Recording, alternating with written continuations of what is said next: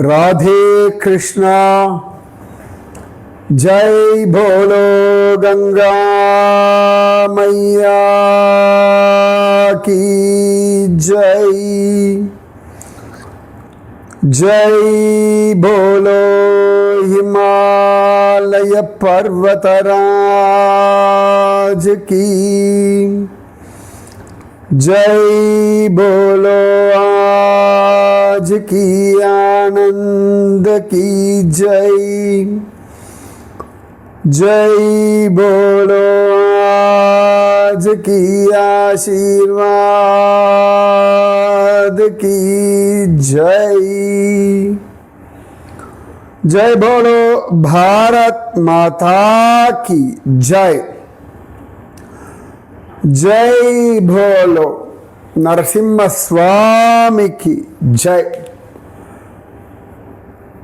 April மாதம் 18ஆம் தேதி கங்கா மகாத்மியம் சொன்னேன். அதுக்கப்புறமா 12 நாள் ஆயாச்சு. திரும்ப இன்னைக்கு தான் சொல்லணும். ஸ்ரோதாக்களுக்கு தெரியும், உங்கள் எல்லாருக்குமே தெரியும். கூடுமான வரைக்கும் அது எல்லாம் கரெக்டாக பண்ணிவிடுவேன். நான் அந்த நேபாளம் முக்திநாத் யாத்திரை போனதுனாலே இது சொல்கிறதுக்கான சந்தர்ப்பம் வாய்க்கலை. யூஸ்வலாக எங்கே இருந்தாலும் அங்கேருந்து ரெக்கார்ட் பண்ணி போட்டுவிடுவேன். தெரியல, இந்த கங்கா விஷயத்தில் மறுபடியும் நிறைய தோ அப்படின்னு அப்பப்போ லேட் பண்ணிடுறேன். இனிமேலாவது நிற்காமல் சொல்லணும்னு நினைக்கிறேன். அதுவும் இன்றைக்கி நரசிம்ம சுவாமியினுடைய அனுகிரகத்தோடு திரும்பியும் ஆரம்பிக்கிறேன். நரசிம்ம சுவாமிக்கும் கங்கைக்குமான ஒரு சம்பந்தத்தை முதல்ல சொல்லிடுறேன். அழகா பக்த பிரகலாதனுக்காகத்தான் நரசிம்மர் ஆவிர்பவிச்சார். அந்த நரசிம்மர் நரம் கலந்த சிங்கமாய், அதான் நரசிங்கம்னு பேர்.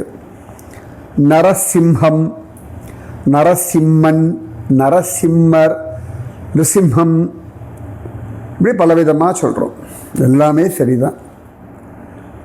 கம்பக்குழந்தை அப்படின்னு தான் கம்பன் வர்ணிக்கிறான். கம்பத்திலிருந்து வந்த குழந்தை. சரியா? கம்பன் அப்படின்ற வார்த்தைக்கு நரசிம்மன்னு ஒரு அர்த்தம். கம்பத்திலிருந்து வந்தவன் கம்பன், அதனால நரசிம்மன் அப்படின்னு அவனுக்கு ஒரு திருநாமம். அந்த சுவாமி பிரகலாதனுக்கு அனுகிரகம் பண்ண பிறகு நேர பத்ரிகாசிரமம் வந்தார் நரசிம்ம சுவாமி. அங்கே அலகநந்தா நதியில் நீராடினார். அப்போ அங்கே இருந்த முனிகள் ரிஷிகள் எல்லாரும் பிரார்த்தனை பண்ணிண்டார்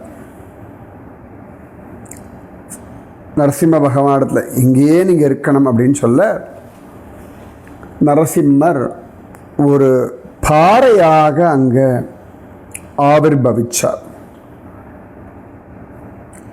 அந்த பாறை பார்த்தோம்னாலே இந்த நரசிம்ம சால கிராமம் மாதிரி அப்படி வாயை திறந்துட்டு இருக்கிற மாதிரி தான் இருக்கும். இது அலகநந்தால அப்படியே இருந்துட்டு இருக்கு. பனிக்காலத்தில் அலகநந்தா நதியில் ஜலம் குறையும். அப்போ தான் அந்த நரசிங்க சிலா வெள்ள தெரியும். சிலா அப்படின்னா பாறைன்னு அர்த்தம். நரசிங்க சிலா அப்படின்னு பேர். அதனால் அலகநந்தாக்குள்ளேயும் கங்கைக்குள்ளேயுமே நரசிம்மர் இருக்கார். சரியா? அத்தனை சிரேஷ்டம். இன்றைய தினம் நரசிம்மர் தேசத்தையும் நம்மையும் காக்கட்டும். பிரகலாதனை போலே ஒரு பக்தி நமக்கு பவிக்கட்டும். சரியா? நரசிம்மர்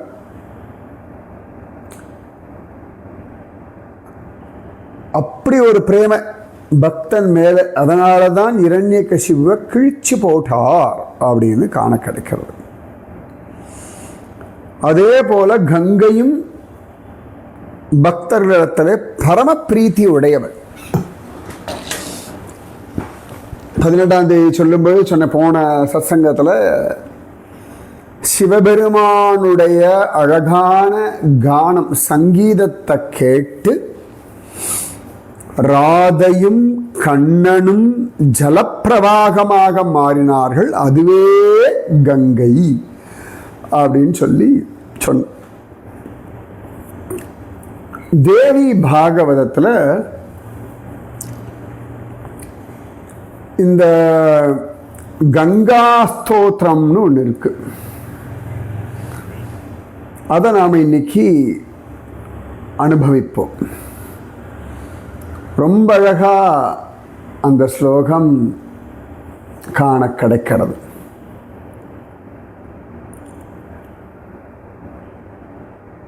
நாரத உவாச்ச. தேவி பாகவதம் மகாபுராணம், தேவி பாகவத புராணம், நவமஸ்கந்தம், அத்தியாயம் 12. நாரத உவாச்ச.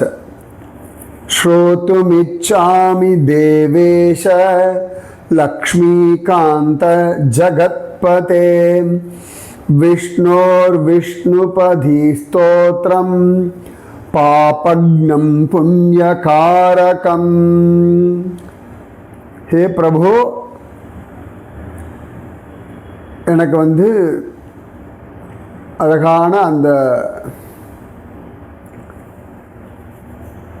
கங்கையினுடைய ஸ்தோத்திரத்தை பற்றி சொல்லுங்கோ, எனக்கு கேட்க ஆசையாக இருக்கு அப்படின்னு சொல்லி விஷ்ணோஹோ விஷ்ணுபதி ஸ்தோத்திரம், பாபங்களை அழிக்கக்கூடிய அந்த கங்கையினுடைய ஸ்லோகங்களை சொல்லுங்கன்ற. ஸ்ரீ நாராயண உவாச்ச. ஷுணு நாரத வக்ஷ்யாமி பாபக்னம் புண்ணிய காரணம். நாரதா, பாவங்களை அழிப்பதும் புண்ணியங்களை தரக்கூடியமான அந்த ஸ்லோகத்தை சொல்கிறேன், ஸ்தோத்திரத்தை சொல்கிறேன், கேள் அப்படின்றார். சிவசங்கீத சம்முக்தஹ ஸ்ரீகிருஷ்ணாங்க சமுத்பவாம் ராதாங்கத்ரவ சம்யுக்தாம் தாம் கங்காம் பிரணமாம்யஹம்.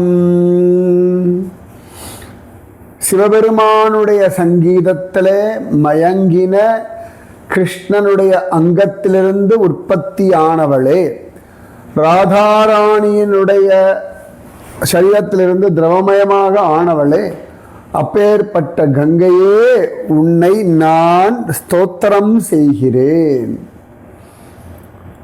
அவ்வளவு அழகா ஜம்முன்னு அந்த கங்கையை கொண்டாடுறார். யஜ்ஜன்ம சிருஷ்டே ராதௌ ச கோலோகே ராசமண்டலே சந்நிதானே சங்கரஸ்ய தாம் கங்காம் பிரணமாம்யஹம்.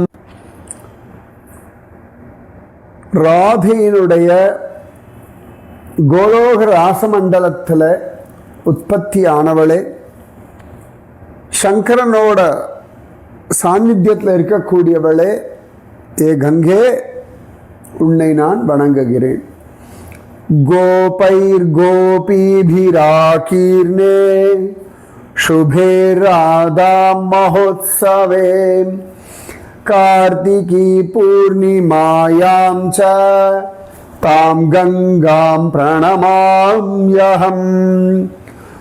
அழகா கார்த்திகை மகோத்சவத்தில் ஜம்முன்னு அவதாரம் பண்ணவளே, உன்னை நான் வணங்குகிறேன் அப்படின்னு சொல்லி அழகா ஜம்முன்னு வர்ணிக்கிறார்.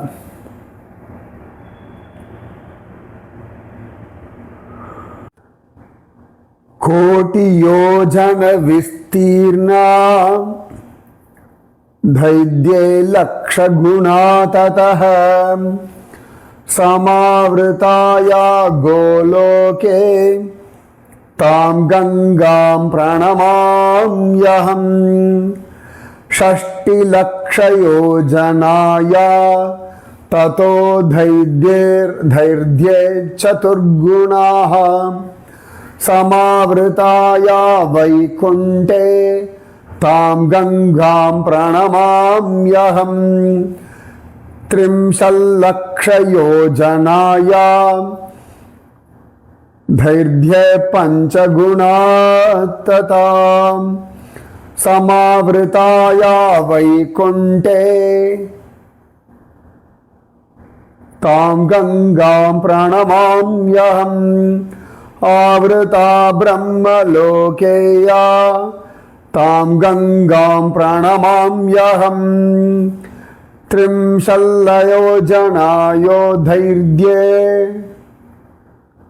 चतुर्गुणा ततः आवृता शिवलोकेया तां गंगां प्रणमाम्यहम् लक्षयोजन विस्तीर्णा धैर्ये सप्तगुणा तथा ततः आवृता ध्रुवलोकेया तां गंगां प्रणमाम्यहम् लक्षयोजन विस्तीर्णा धैर्ये पंचगुणा ततः आवृता चंद्रलोकेया तां गंगां प्रणमाम्यहम्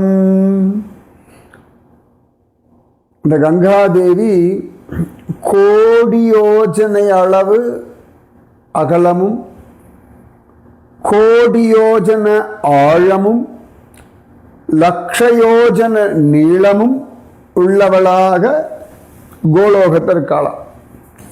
அவளோட வித்து கோடி யோஜனை. ஏற்கனவே நான் சொல்லியிருக்கேன், ஒரு யோஜனைனா எவ்வளவு தூரம் அப்படின்னு சொல்லியிருக்கேன். டிவியை கண்டுபிடிங்க, பரவாயில்ல. அப்போ கோடி யோஜன அகலமா, கோடி யோஜன ஆழமா, அவ்வளவு டெப்தான். லட்சம் யோஜன நீளமா, அவ்வளோ பெருசு இருக்காளாம் கோலோகத்தில். இது கோலோகத்தில் கங்காதேவியினுடைய சைஸ்.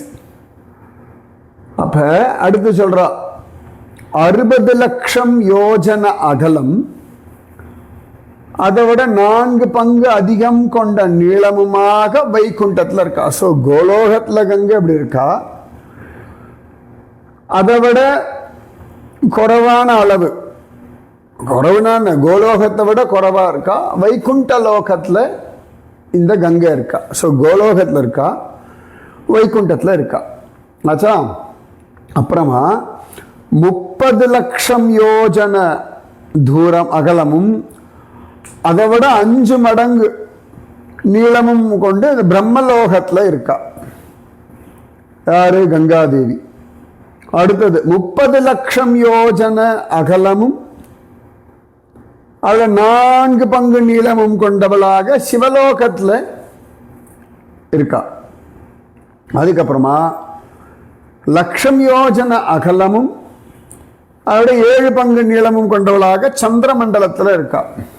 அதுக்கப்புறம் 60,000 யோஜன அகலமும் அதை விட 10 மடங்கு அதிகமாக இருக்கக்கூடிய நீளமாக சூரிய மண்டலத்தில் இருக்கா. இப்படி ஒவ்வொரு லோகத்திலையும் இவளுடைய சைஸ் மாறிக்கொண்டே இருக்கு. அப்ப எவ்வளவு வசதி பார்த்துக்கோங்க. லக்ஷயோஜன விஸ்தீர்ணா தைர்யே சப்தகுணா ததஹ ஆவிருதா திரிவலோகேயா தாம் கங்காம் பிரணமாம்யகம். அப்புறம் 60 சகஸ்ர யோஜனாயா धैर्ये दशगुणा ततः आवृता सौर्यलोकेया तां गंगां प्रणमाम्यहम्. लक्षयोजन विस्तीर्णा धैर्य पंचगुणा ततः आवृताया तपोलोके तां गंगां प्रणमाम्यहम्. सहस्रयोजनया சகஸ்ர யோஜனாயாமா தைர்யே தசகுணா ததஹ ஆவிருதா ஜனலோகேயா தாம் கங்காம் பிரணமாம்யகம் தசலக்ஷ யோஜனாயா தைர்யே பஞ்சகுணா ததஹ ஆவிருதாயா மஹர்லோகே தாம் கங்காம் பிரணமாம்யகம். अच्छा सहस्र योजनयामा दैर्घ्ये दशगुणा ततः आवृताया च कैलासेतां गंगां प्रणमाम्यहम्. शतयोजन विस्तीर्णा दैर्घ्ये दशगुणा ततः मंदाकिनी चंद्रलोके मंदाकिनी च इंद्रलोके तां गंगां प्रणमाम्यहम्. पाताले भगवती च विस्तीर्णा दशयोजना ततो दशगुणा दैर्घ्ये तां गंगां प्रणमाम्यहम्. क्रौशैकमात्र विस्तीर्णः ततक्षीणा च कुत्रचित् क्षितौ चालकनन्दाय तां गंगां प्रणमाम्यहम्.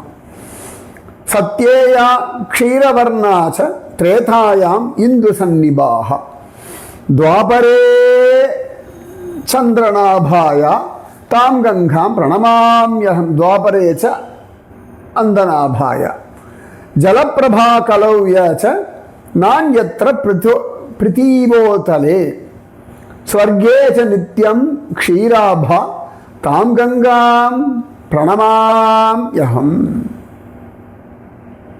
अदावदु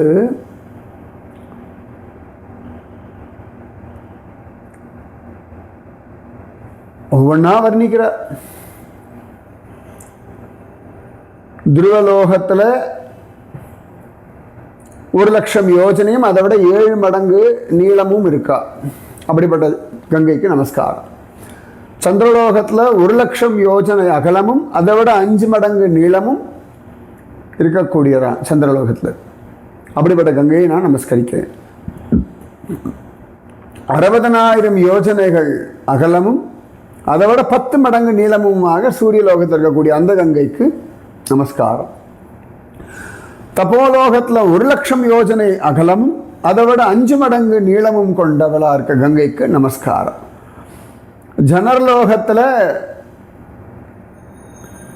1,000 யோஜனை அகலமும் அதை விட 10 மடங்கு நீளமும் இருக்க கங்கையை நான் நமஸ்காரம் பண்றேன். மகர்லோகத்தில் 10,00,000 யோஜனை அகலமும் அதை விட 5 மடங்கு நீளமும் கொண்ட கங்கையை நமஸ்காரம் பண்றேன். கைலாசத்தில் 1,000 யோஜனை அகலமும்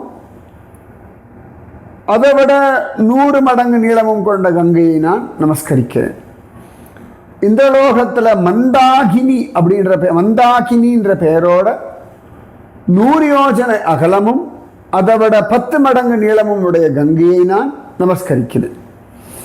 அதே கங்கை பாதாள லோகத்தில்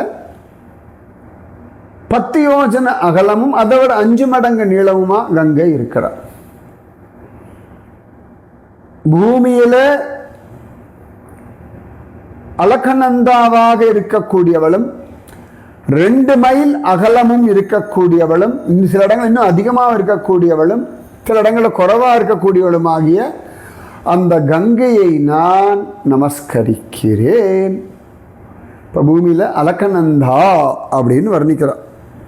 நமக்கு பாக்கியம், எந்த அலகநந்தாலே நரசிம்ம சுவாமி சிலாரூபமாக இருக்காரோ அப்படிப்பட்ட அந்த அலகநந்தாவை நரசிம்ம ஜெயந்தி அன்னைக்கு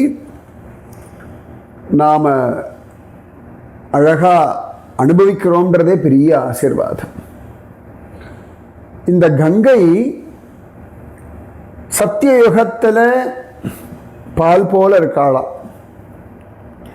திரேதாயுகத்தில் சந்திரன் போல இருக்கலாம். சந்திரன் தூய்மையான வெண்மை கிடையாது, சரியா? துவாபர யுகத்தில் சந்தனம் போல இருக்காளாம்.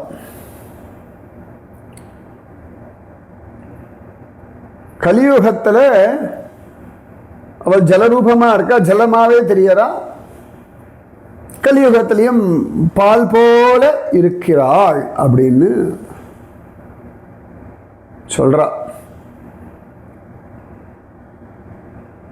சத்யேயா க்ஷீரவர்ணா ச த்ரேதாயாம் இந்து சந்நிபா द्वापरे चन्दनाभाया தாம் கங்காம் பிரணமாம்யஹம்.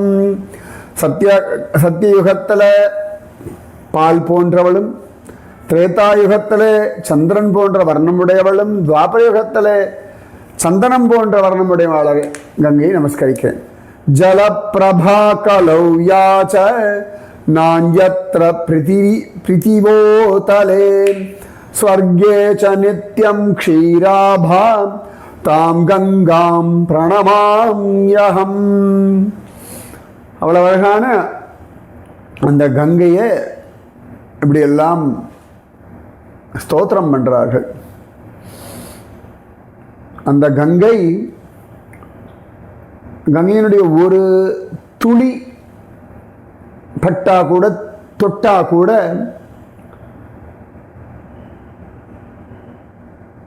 லட்சம் ஜென்மாக்கள்ல பண்ண பாபங்கள் எல்லாம் அழிஞ்சு போயிடுதான். உத்தமமான ஒரு பிராமணனை வதம் பண்ண அந்த பாபம் கூட பிடி சாம்பலாக போயிடுறது அப்படின்னு சொல்லி தேவி பாகவதம் சொல்றது. என்ன அழகு பார்த்துக்கோங்க. யத்தோய கணிகா ஸ்பர்ஷே, கணிகா கங்கா ஜலலவ கணிகா பீதா. ஆதிசங்கர் சொல்றார் இல்லையா, ஒரு துளி கங்கா ஜலம்ன்ற. யத்தோய கணிகா ஸ்பர்ஷே பாபினாம் ஞான சம்பவம் பிரம்ம ஹத்யாதிகம் பாபம் கோட்டி ஜன்மார்ஜிதம் தஹேத். கோட்டி ஜன்மங்கள்ல பண்ண பாவங்கள் கூட கங்கா ஜலலவ கணிகா பீதா. அது எங்க வருது? முழு ஸ்லோகம் என்ன கண்டுபிடிக்கலாம்? கங்கா ஜல லவ கணிகா பீதா அப்படின்னு ஆதிசங்கரர் சொல்லியிருக்கார். சரியா? இத்யேவம் கதிதா பிரம்மன் கங்கா பத்யைக விம்சதிஹி ஸ்தோத்ர ரூபம் ச பரமம் பாபக்னம் புண்ணிய ஜீவனம் நித்யம் யோகி படேத் பக்த்யா சம்பூஜ்ய ச சுரேஸ்வரிம் சோஷ்வமேத பலம் நித்யம் லபதே நாத்ர சம்சயः அபுத்ரோ லபதே புத்ரம் பார்யாஹீனோ லபேத் ஸ்ரியம் ரோகாத் பிரமுச்யதே ரோகி பந்தான் முக்தோ பவேத் த்ருவம் அஸ்பஷ்ட கீர்த்தி சுயசாம் மூர்க்கோ பவதி பண்டிதः யப் படேத் ப்ராதருத்தாய கங்கா ஸ்தோத்ரம் இதம் சுபம் சுபம் பவேச்ச துஸ்வப்னோ கங்கா ஸ்நான பலம் லபேத். அவ்வளவு அழகா இந்த கங்கா ஸ்துதி இருக்கு இல்லையா, அந்த கங்கை அவ்வளவு வசத்தியானவள். பிரம்மஹத்தியாதி பாவங்கள்லாம் ஒழிச்சு ஞானத்தை கொடுக்குறா. அந்த கங்கைக்கு நமஸ்காரம்.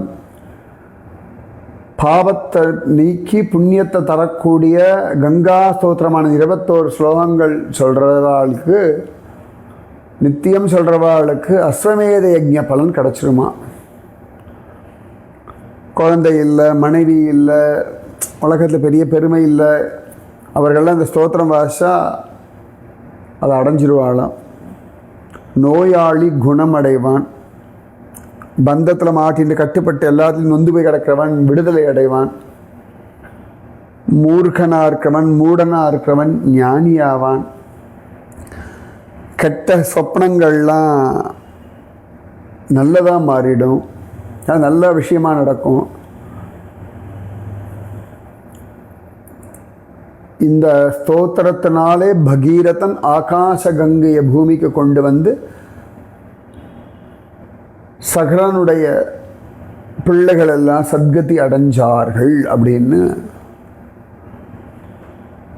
ரொம்ப அழகா தேவி பாகவதம் சொல்றது. ஸ்தோத்ரேனானேன கங்காஞ்ச ஸ்துத்வா சைவ பகீரதः ஜகாம தாம் கிரஹீத்வா ச யத்ரா நஷ்டாச்ச சாகராः வைகுண்டம் தே யயுஹு தூர்ணம் கங்காயாः ஸ்பர்ஷவாயுனா பகீரதேன சா ஆணிதா தேன பாகீரதி ஸ்மிருதா இத்யேவம் கத்திதம் சர்வம் கங்கா உபாக்கியானம் உத்தமம். இப்படிப்பட்ட இந்த கங்கை அவ்வளவு விசேஷமானவள் அப்படின்னு சொல்லி இந்த ஸ்தோத்திரம் பண்ணதுனாலே தான் பகீரதனுக்கு கங்கை பூமிக்கு வந்தாள் அப்படின்னு சொல்லி நாராயணன் நாரதருக்கு சொன்னார். அதனால அத்தனை விசேஷம் இந்த கங்கை. சரியா? ஸோ தேவி பாகவதத்தில் கங்கா ஸ்தோத்திரம், அதை பற்றி நாராயணன் நாரதருக்கு சொல்கிறார். இந்த விஷயத்தை கிருஷ்ணன் பகீரதனுக்கு சொன்னார் அப்படின்னு சொல்லி ரொம்ப அழகாக ஜம்முன்னு தேவி பாகவத்தில் காண கிடக்க. சரியா? எல்லாரும் நன்னா இருங்கோ, சௌக்கியமாக இருங்கோ, சந்தோஷமாக இருங்கோ, ஆரோக்கியமாக இருங்கோ, பிரச்சனை இல்லாமல் இருங்கோ, கவலைப்படாமல் இருங்கோ, நிம்மதியாக இருங்கோ, திருப்தியாக இருங்கோ. ராதே कृष्णा। जय बोलो गंगा मैया की जय। जय बोलो आज की आनंद की जय। जय बोलो आज की आशीर्वाद की जय। जय बोलो हिमालय पर्वतराज की जय। जय बोलो भगीरथ महाराज की जय।